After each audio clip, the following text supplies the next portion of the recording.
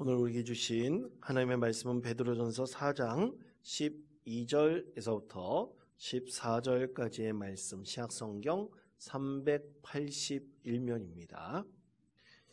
자, 이 말씀을 우리 목소리를 합하여 함께 읽겠습니다. 사랑하는 자들아, 너희를 연단하려고 오는 불시험을 이상한 일 당하는 것 같이 이상히 여기지 말고 오히려 너희가 그리스도의 고난에 참여하는 것으로 즐거워하라. 이는 그의 영광을 나타내실 때에 너희로 즐거워하고 기뻐하게 하려 합니다. 너희가 그리스도의 이름으로 치욕을 당하면 복 있는 자들아, 영광의 영, 곧 하나님의 영이 너희 위에 계심이라. 아멘. 예, 한국 교회의 여러 가지 믿음의 유산들이 있는데요. 이 믿음의 유산들을 모아놓은 선교관이나 역사관 같은 것들이 곳곳에 세워져 있습니다. 가까운 고성에도 셔우드홀이라는 그 선교관도 세워져 있는데, 거기에 가보면 또 우리 많은 선교사들이 애쓰고 노력했던 것들도 볼 수 있죠. 특별히 우리가 우리 권사님들이 또 순천에 가가지고 순천 기독교 역사 박물관을 우리가 방문한 적이 있었는데요. 참 그런 것들이 우리 그리스도인들의 힘에서 세워지기도 하지만, 또 순천 같은 경우는 이 나라에서, 그 지역사회에서 자치기관에서 세웠다는 것에 참 놀라운 일입니다. 왜냐하면 사실 우리 기독교 역사가 이제는 140년의 역사라 그러거든요. 개신교 역사가 140년의 역사라 그러는데, 이 140년의 역사 가운데 우리 선교의 역사가 사실 우리나라의 근현대의 역사와 떨어질래야 떨어질 수 없는, 절대로 멀어질래야 멀어질 수 없는 큰 믿음의 관계가, 또 신앙의 관계가 그 가운데 있기 때문입니다. 그래서 많은 그리스도인들이 사실 한국 근현대사에 크게 기여하고 노력한 역사들이 우리 그리스도교 역사 안에 그대로 녹아 있는 것이죠.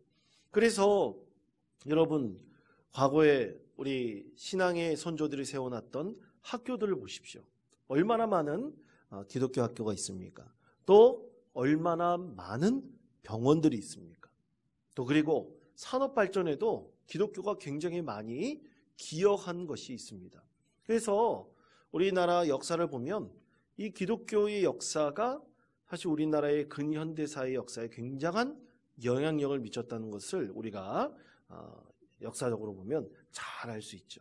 그 가운데서 우리 그리스도교의 이 순전한 믿음의 역사가 절대로 우리나라의 역사와 떨어질래야 떨어질 수 없다는 것을 우리가 분명히 알고, 그 가운데서 우리 그리스도인들도 우리 민족이 고난과 아픔을 당하지 않았습니까? 그것과 똑같이 고난과 아픔을 당한 역사의 발자취들이 분명히 있다는 것을 우리가 분명히 알아야 됩니다. 그래서 우리나라 기독교의 역사를 공부해 보잖아요. 그러면 우리나라 일제강점기 때 당했던 이 핍박과 고난의 역사, 그리고 6.25 전쟁 때 당했던 고난과 핍박의 역사가 그대로 녹아져 있어요. 절대로 다르지 않습니다. 그 과정 가운데 얼마나 많은 그리스도인들이 순교하고 또 고통을 당했는지 우리는 그 역사를 보면 굉장히 잘 알 수가 있습니다. 여러분, 용인에 가보면요, 그 용인에 한국 기독교 순교자 기념관이라는 곳이 있어요. 한국 기독교 순교자 기념관이 있는데, 그 순교자 기념관에 가보면 한국 기독교 역사 속에서 참 많은 개신교 순교자들이 있었다는 것을 우리가 역사적으로 잘 알 수가 있습니다. 그럼 얼마 정도 순교를 당했느냐? 1884년부터 개신교가 우리나라에 선교를 시작했다는 것으로 한번 생각해 본다면, 지금까지 약 2600명 정도의 순교자가 있다고 그렇게 알려져 있습니다. 그 가운데서 이 순교자 기념관에서도 여러 자료들을 이렇게 찾을 거 아니에요. 자료를 찾아가지고 이 순교자 기념관에 헌정된 이름, 그 명단이 약 600명 정도 있다고 합니다. 실제로 고증이 돼가지고 그들의 믿음의 역사가 우리나라의 이 고난의 역사 가운데 어떻게 관련되어 있는지를 이제 그 순교자 기념관에 가보면 우리가 잘 알 수 있다는 것입니다. 거기에 대표적으로 여러분들이 잘 아는 분들이 있어요. 그분들이 또 남겨놓은 아주 유명한 결단의 말들이 있습니다. 신앙의 고백들이 있어요. 여러분 대표적으로 그가 죽었으나 그 믿음으로서 지금도 말하느니라. 예수를 버리고 사는 것은 정말 죽는 것이요 예수를 따라 죽는 것은 정말 사는 것이다. 여러분 누가 한 말일까요? 주기철 목사님이 하신 말씀입니다. 그리고 또 여러분이 잘 아는 분이 또 있어요. 그들을 생각할 때 마음이 아파 그대로 있을 수 없었습니다. 문준경 전도사님. 그러니까 우리나라 전라도 그쪽 섬들을 다 다니면서 복음을 증거하셨던 분 있잖아요. 그분이 남겨놓은 말이 있습니다. 그리고 또 우리 하나님을 위하여 모든 것을 희생하는 애자. 애자라는 것은 사랑하는 자녀란 뜻이에요. 사랑하는 자녀가 되고 싶다. 이렇게 결단의 말을 남겨놓으신 분이 있어요. 손양원 목사님입니다. 그 외에 엄청나게 많은 분들이 있어요. 그러니까 한국 기독교의 역사는, 이 그리스도교의 역사는 사실은 수탈과 고난의 한국 역사 가운데 함께 하였다는 것을 우리가 잘 알 수 있는 것이죠. 그래서 일제에 저항하면서도 많은 핍박을 받고 고통을 당한 분들이 참 많이 있다. 우리가 그렇게 알 수 있습니다. 그러면 여러분 오늘 성경 말씀에서 베드로전서가 정하고 있는 초대교회 때는 과연 어땠을까요? 초대교회 때의 고난은 과연 어떤 모습이었을까요? 초대교회 때도 마찬가지였습니다. 이 초대교회 때, 이 오늘 베드로전서에 보면 사도 베드로도 이 초대교회가 많은 그 로마인들뿐만 아니라 또 유대인들에게 핍박을 당할 것이라는 것을 분명히 알고 있었어요. 예견할 수 있었습니다. 그런데 어떻게 예견할 수 있었을까요? 여러분 그것은 우리가 믿는 그리스도교의 신앙이 그때 당시 사회 또 문화를 지배하고 있는 로마나 유대교의 그 문화와 또 그들이 갖고 있는 어떤 사회 지배계층이 바라는 것과는 너무나 다른 부분들이 많이 있었기 때문입니다. 예를 들어서 예수님께서는 뭐라 말씀하셨냐면 가이사의 것은 가이사에게, 하나님의 것은 어떻게 하라고 했습니까? 하나님께 바치라고 그랬어요. 그 뜻은 무슨 뜻입니까? 하나님의 것과 또 세상의 것은 구별되어 있다는 거예요. 절대로 하나님의 것을 세상에 힘 있는 자가 마음대로 취할 수 있다고 말한 것이 결코 아닙니다. 이것은 어떻게 보면 세상의 질서하고 너무나 달랐던 신앙의 참된 모습이었던 것이죠. 또 여러분 그리스도교가 당시 로마 시대 때의 그 노예제도를 찬송하고 그것을 받아들였을까요? 그렇지 않습니다. 여러분 당시 초대교회에 비밀스럽게 모인 예배의 장소에 보면 뭐라고 불렀냐면 형제는 형제, 자매는 뭐라고 불렀어요? 자매라고 불렀어요. 형제 자매라고 다 불렀어요. 노예든 아니든 가난한 자든 부자든 다 그렇게 불렀어요. 이것은 우리나라에 처음 개신교가 전파됐을 때도 마찬가지였습니다. 천민들이 또 가장 학대를 받던 백정들도 교회에 나가면 존중받는 거예요. 물론 그 안에서도 백정들이나 천민들을 중심으로 한 교회도 있었고 양반들을 중심으로 한 교회도 있었습니다. 그럼에도 불구하고 함께 예배하고 함께 은혜를 나눴던 믿음의 공동체를 이 교회 안에서 세워갔던 것이죠.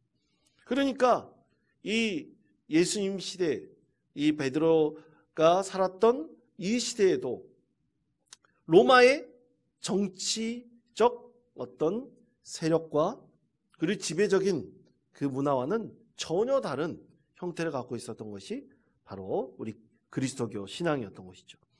또 여러분 교회에 오면 초대교회 오면 장애인들을 차별했었나요? 성경 말씀에 보면 장애인들을 보고 뭐라 그랬나요? 저게 부모의 죄 때문에 그랬습니까? 저 사람의 죄 때문에 그랬습니까? 시각장애를 보고 그렇게 했잖아요. 그런데 예수님께서는 하나님의 뜻이 그 가운데 나타나게 하려 하기 위함이라고 말씀하셨지 않습니까? 이것이 뭐예요? 교회에 나오는 장애인들이 있었다면 장애인들이 다 존중받는 거예요. 절대로 차별받지 않았습니다. 또 그 다음에 여러분, 교회가 남녀노소를 구별했나요? 그렇지 않아요. 초대교회 때부터 남녀노소 구별하지 않았습니다. 여성들의 지위를 그냥 멸시하나 그러지 않았어요. 성경 말씀에 보면 창가부를 존대하라고 말씀하고 있어요. 여성들을 존대하라. 신앙의 경륜 있는 여성들을 존대하라고 성경 말씀 안에서, 믿음의 공동체 안에서 그렇게 존중하라고 말씀하고 있습니다. 그만큼 수천 년 전에도 불구하고 이 그리스도교 신앙 안에서는 세상에서 멸시받고 고난받고 차별받는 사람들이 어떻게 됐습니까? 존중받는 것이었어요. 그렇기 때문에 많은 사람들이 이 기독교 신앙을 받아들이고 예수 안에 참된 생명과 구원이 있다는 것을 그들이 많이 받아들이고 믿음 안에 설 수 있게 되었던 것이죠. 예전에 분당에 있는 우리들 교회 이 김양재 목사님을 제가 한번 뵌 적이 있었습니다. 한번 교회에서 부흥의 강사로 이 목사님을 초빙을 했었는데 제가 그 목사님을 모시는 예전 담당을 한 적이 있었어요. 근데 그때 이 김양재 목사님이 암 환자였습니다. 유방암 수술을 받고 난 다음에 회복된 지 얼마 안 됐었어요. 그래서 몸이 굉장히 힘들어 하셨는데 제가 그분을 이제 교회 앞마당에서 처음 뵙고 그리고 안내해드려서 이제 담임 목사님 만나게 해드리고 또 안내해가지고 저 교회 본당 단위회까지 이렇게 안내해드린 적이 있었습니다. 이게 쭉 안내해드리는데 그 여성임에도 불구하고 키도 크지 않아요. 그렇게 크지 않습니다. 그런데도 굉장한 영적인 카리스마가 느껴지더라고요. 남자들은 뭐 저리 가라 할 정도로 엄청난 영적 파워가 있었습니다. 여러분, 남녀노소 구별하는 것이 교회가 아니에요. 교회는 모두 다 영적인 은혜를 얻는 사람들이 함께 모여서 차별이 없이 서로 연합하여 합력하여 하나님의 뜻을 이루는 것이 바로 믿음의 공동체였던 것입니다. 그것이 초대교회에서부터 오늘날까지 이어지고 있는 믿음의 전통인 것이죠. 자, 그렇다면 초대교회 때 그리스도인들이 받았던 고난에 대해서, 핍박에 대해서, 예수님을 믿는다고 해서 받는 고난에 대해서 오늘 성경 말씀은 과연 우리 그리스도인들이 어떤 태도를 취해야 될 것인가 말씀하고 있을까요? 그것에 대해서 세 가지로 말씀하고 있습니다. 첫 번째는 이것입니다.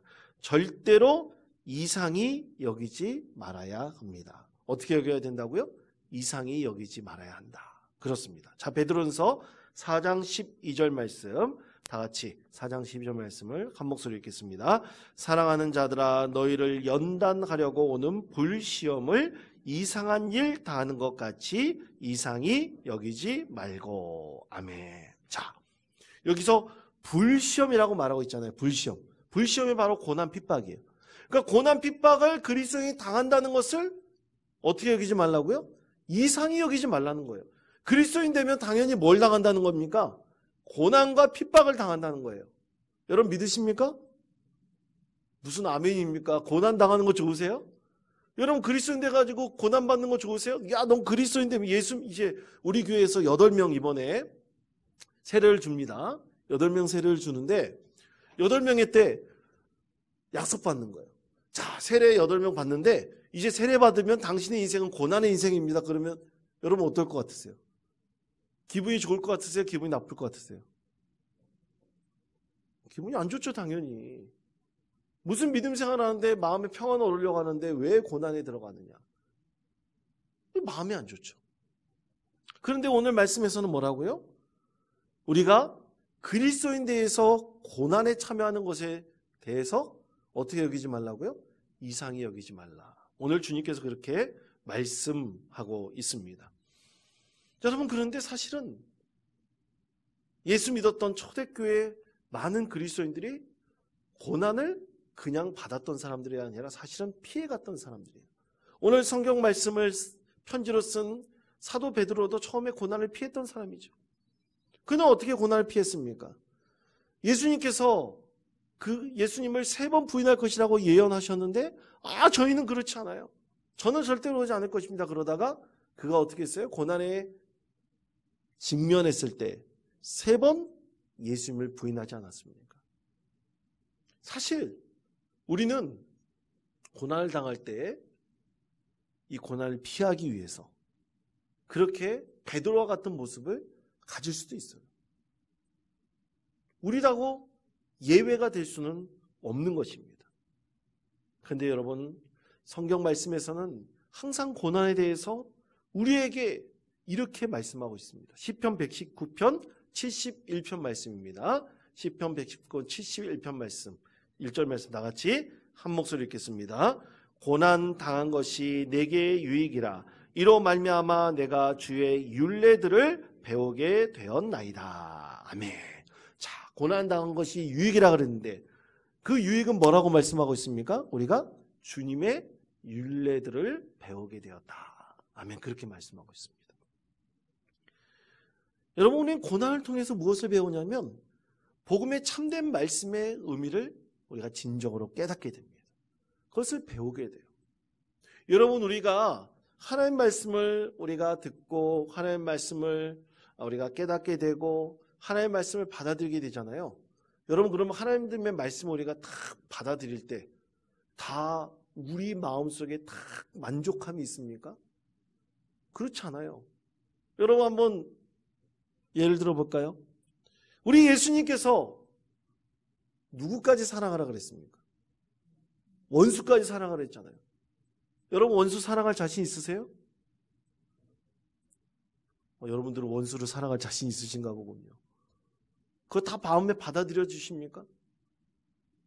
원수를 사랑하라고 우리가 받아들인다고 하면서 혹시 오늘 아침 남편하고 싸우고 온 거 아니세요?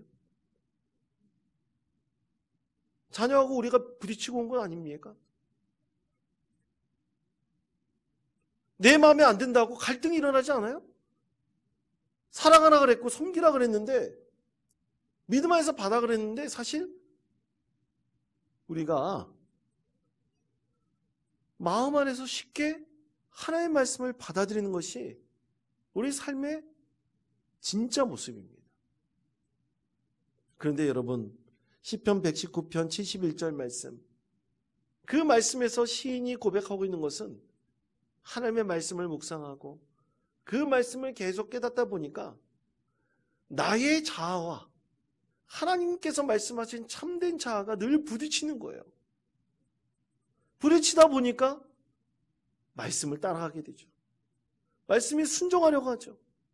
그러다 보니까 결국에는 나에게 유익이고 주님의 율례들을 내가 깊이 깨닫고 내 안에서 참된 믿음의 사람으로 성장케 하기 위해서 그 말씀을 배우게 되었다. 이렇게 고백하고 있는 것입니다. 그래서 사실 이 고난이란 것은요, 우리 그리스도인들에게 어떤 육체적인 고난이 있을 수 있지만 사실 육체적인 고난보다는 내 영혼의 갈등과 대립이 나에게 큰 고통일 수가 있어요. 아픔일 수가 있습니다. 항상 우리는 그것과 씨름하게 되어 있어요. 마귀가 그것을 이용합니다. 그래서 한번 어긋난 마음을 쉽게 믿음 안에서 잡기가 굉장히 힘든 것이 우리의 본래 모습인 거예요. 근데 말씀에 빗대어서 늘 말씀에 빗대어서 내 자신을 인치고 그러면 안 되지. 하나님 용서해 주십시오. 하나님 내 마음이 잘못됐습니다. 고정시켜 주십시오. 바르게 인도해 주십시오. 성령님께서 내 마음을 붙들어 주십시오. 그러면서 우리는 무엇을 깨닫습니까? 하나님의 은혜를 깨닫는 거예요. 오늘 그러면서 내가 새롭게 되어가는 것입니다. 그렇게 여러분, 우리는 고난에 참여한 자가 되고 고난을 통해서 우리가 하나님께 주신 큰 은혜와 유익을 얻게 되는 것입니다. 그러므로 여러분, 그리스도인들은 반드시 무엇에 참여하는 자가 됩니까? 고난에 참여하는 자가 되는 거예요. 그래서 그것을 이상히 여기지 말아야 됩니다. 항상 그 고난 가운데서 내 마음을 인치고 새롭게 하고 변화시킴을 통해서 우리는 하나님의 바른 말씀의 의미를 깊이 깨닫고 그 말씀을 따를 수 있는 진정한 믿음의 사람으로 성장하게 되는 것입니다. 그렇게 고난이 참된 그리스도인 되기 위한 믿음의 과정임을 받아들일 때 하나님께서 반드시 그 가운데 은혜를 베풀어 주실 것입니다. 두 번째는 이것입니다. 고난에 대해서 즐거워해야 합니다. 오늘 이렇게 말씀하고 있습니다. 고난에 대해서 어떻게 하라고요? 즐거워하라 말씀하고 있습니다. 자, 베드로전서 4장 13절의 말씀 다 같이 한 목소리 읽겠습니다. 오히려 너희가 그리스도의 고난에 참여하는 것으로 즐거워하라. 나타내실 때에 너희로 즐거워하고 기뻐하게 하려 함이라. 아멘. 자, 그리스도의 고난에 참여하는 것을 즐거워하라고 말씀하고 있습니다. 여러분, 어떻게 고난에 참여하는 것을 즐거워할 수 있겠습니까? 여러분, 그것은 긴 터널을 빠져나간 뒤에 반드시 터널 끝에 밝은 빛이 있다는 것을 분명히 알게 될 때 우리는 이 고난에 대해서 즐거워할 수 있는 것입니다. 여러분, 수능 시험이 22일 남았다고 합니다. 11월 13일 날 이 수능이 치러지는데요. 여러분, 수능 시험을 위해서 열심히 수고하고 있는 수험생들이 있습니다. 그래서 우리는 수험생들을 위해서 무엇을 합니까? 기도하죠. 수험생들이 이 어려움을 잘 견디고 극복하도록 우리가 기도를 합니다. 그런데 여러분, 수험생들이 시험이 끝나잖아요. 시험이 끝나면 어떤 마음이 들까요? 얼마나 기쁠까요? 해방감이 들지 않겠습니까? 그래서 그 기쁨을 감추지 못할 수도 있어요. 이처럼 여러 가지 고난의 시간이 끝나면 그 끝난 이후에 우리는 즐거움을 경험할 수 있는 것입니다. 기쁨을 경험할 수 있는 거예요. 고난을 충분히 경험하잖아요. 갈등을 충분히 경험하고 난 다음에 기도의 응답을 받잖아요. 그런 마음의 새로움이 있습니다. 변화가 있습니다. 거기에 즐거움이 있는 거예요. 여러분, 바로 그렇습니다. 우리가 뭔가 열심히 행하고 무언가에 참여하게 됐을 때 그 이후에 나온 결과가 우리에게 너무나 기쁜 거예요. 우리는 그것을 바라보면서 고난에 대해서 즐거워하는 마음, 그 이후에 얻는 결과에 대해서 즐거워하는 마음을 우리가 가질 수 있는 것입니다. 여러분, 우리 3일 전에 교회에서 뭐 했죠? 야유예배와 체육대회를 열었죠. 약 200명 정도가 참여한 것으로 이렇게 알고 있습니다. 그런데 여러분, 이 체육대회에 참여했을 때 우리 성도님들이 되게 즐거워했던 것이 있었어요. 대회에 참여해가지고 마지막 줄다리기 할 때, 여러분 줄다리기 한 다음에 몸 괜찮았습니까? 전 줄다리기가 난 다음에 온몸이 샥신이 쑤시더라고요. 그런데 참여하고 그러니까 참 성도들이 같이 게임하고 그러는 거 즐거워했는데, 와, 우리 성도님들이 한 사람도 빠짐없이 경품을 다 가는 것을 보고 그 즐거워하는 모습이 굉장히 좋아 보였습니다. 그런데 여러분, 자기가 바라고 원하는 것이 있었잖아요. 그렇죠? 그거 혹시 하나라도 다 받아가신 분 계십니까? 아마 별로 없을 거예요. 어떤 집사님은요, 전혀 예상치 않은 1등 선물을 받고 어떻게 내가 이것을 감당할까? 뭐 그렇게 생각하시는 분이 있더라고요. 여러분, 우리가 무언가에 참여하고 난 다음에 그 결과에 대해서 기뻐할 수 있고 또 그것에 대해서 평가할 수 있고 그것에 대해서 우리가 하나님 앞에 영광을 올려드릴 수 있는 거예요. 그런데 참여하지 않고서는 아무런 즐거움도 결과도 은혜도 누릴 수 없는 겁니다. 또 잘못된 것이 있을 수 있어요. 거기에 대해서 뭐라고 지적할 수도 있어요. 참여해 봐야지 됩니다. 참여하지 않으면 아무런 결과도, 그리고 그 노력에 그 쓴맛도 있을 텐데 아무것도 우리가 누릴 수가 없는 거예요. 그러므로 사랑하는 성도 여러분, 우리가 그리스도인으로서, 참된 그리스도인으로서 살려면 당연히 고난에 참여하는 자가 되는데 그 이후에 하나님께서 여러분에게 얼마나 큰 기쁨을 주실지를 한번 생각해 보시기 바랍니다. 그래서 우리는 그것에 적극적으로 참여하고 어려움도 이겨나갈 수 있고, 또 그리고 우리가 사실 고난을 선택한 거나 마찬가지예요. 그 선택 이후에 하나님께서 우리에게 더 많은 것을 허락하시고 기쁨과 은혜를 베풀어 주신다는 것을 여러분 꼭 기억하시기를 바랍니다.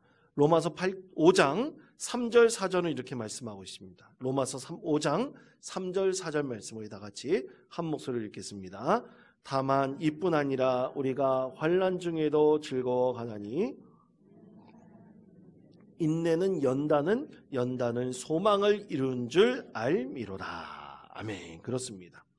환난 중에도 즐거워할 수 있는 이유가 환난이 인내를 낳고 인내는 연단을 낳고 연단이 소망을 낳는다. 어떻게 보면 이 과정을 우리가 겪게 되는 거죠. 여러분, 사람 사는 세상에는 갈등이 없을 수가 없어요. 또 신앙생활은 우리 안에서도 갈등이 없을 수가 없습니다. 근데 갈등을 피하잖아요? 그럼 아무것도 이룰 수 없는 거예요. 우리가 신앙 안에서 갈등하잖아요? 그 가운데 반드시 하나님께서 인내하는 마음을 주시고 그 가운데 연단을 주시고 그 가운데 우리가 소망을 얻을 수 있도록 훈련하시는 거예요. 그때 하나님께서 우리에게 더 큰 신앙의 유익을 우리 가운데 허락해 주실 것이라고 믿습니다. 어제 노예를 마치고 오는데 그 노예 마치고 오는 우리 시찰 목사님, 장로님들 사이에서 농사하시는 분이 있어요. 장로님 한 분이 농사를 짓는 분이 계십니다. 농사 짓는 분이 계신데 걱정을 하는 거예요. 내일 아침에 서리가 내릴 줄 모르는데, 날씨가 이렇게 추운데 서리가 내릴 줄 모르는데 어떡하지? 이제 서리가 내리면 농사가 잘못될 수도 있는데 어떡하지? 또 그동안 비가 너무나 많이 왔는데 이 결과 때문에 더 추워져가지고 농산물이 잘못되면 어떡하지? 근데 어떤 분은요, 아니 장로님 이제 농사 다 끝난 거 아닙니까? 10월 중순 넘어갔으면 다 끝난 거 아니에요? 이렇게 물어보신 분 있었어요. 그렇죠. 아직도 끝나지 않았다. 이제 서리가 내리기 전까지 열매를 맺어야 될 것들이 있는데 아직도 그것을 기다리는 마음이 있다. 그렇게 얘기하시는 것을 제가 듣게 되었습니다. 사랑하는 성도 여러분, 참 어떤 사람은 나는 모든 것이 다 끝났고 고난도 없고 난 평안하게 살고 있다 생각하죠. 사실은 우리가 다 고난에 참여한 자로서 사실 우리가 열매 맺어야 될 것이 계속 있습니다. 그것을 위해서 우리는 기도하고 또 애쓰고 소망하는 것입니다.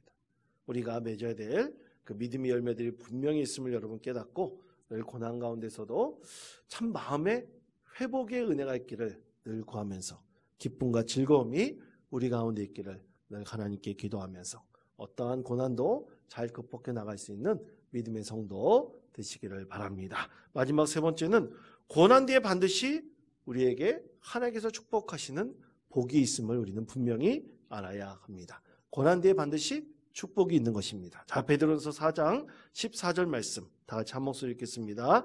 너희가 그리스도의 이름으로 치욕을 당하면 복 있는 자로다. 너희 위에 계심이라. 아멘. 그렇습니다.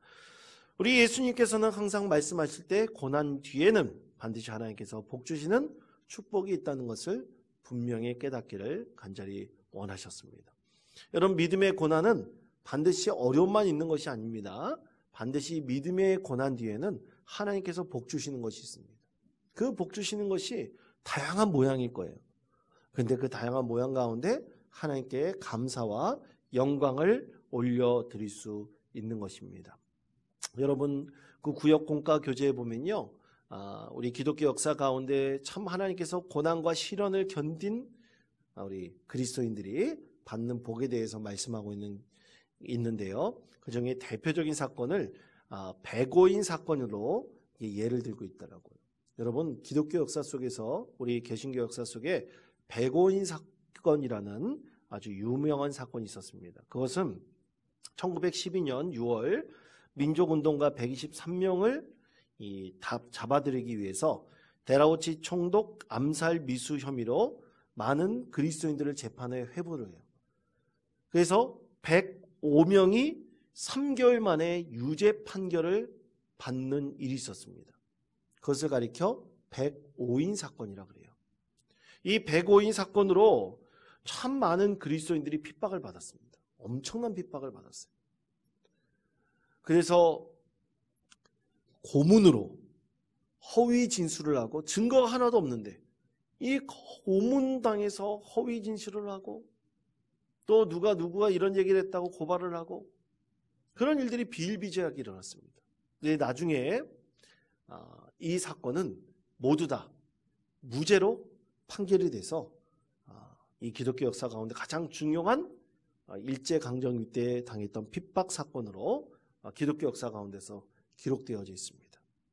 그때 선우훈이라고 하는 한 중학생인 그리스도인들은 너무나 고문이 너무나 심해서 이 피로한 육신을 벗고 하늘나라로 가고 싶습니다. 스테반처럼 내 영혼을 받아 주십시오. 그렇게 하나님께 기도했다는 그런 기록도 있다고 합니다. 참 우리 그리스도인들이 우리 일제강점기 때 우리 민족과 많은 호흡을 하면서 정말 하나님 나라를 세워나가기 위해서 애쓸 때 많은 고난을 당했어요.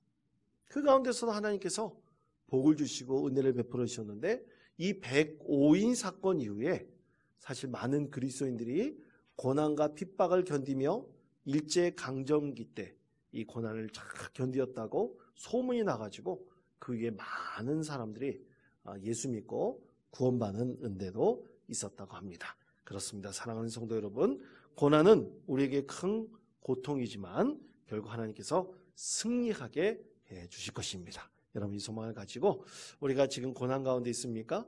마음의 어려운 가운데 있습니까? 하나님께서 새 희망과 소망으로 더해주시고 여러분을 하나님께 큰 복을 허락해 주실 것입니다. 이 소망을 가지고 우리 고난 가운데 있다면 그것을 견디고 극복하여 우리 하나님께 영광 올려드릴 수 있는 믿음의 성도 되시기를 간절히 축원드립니다.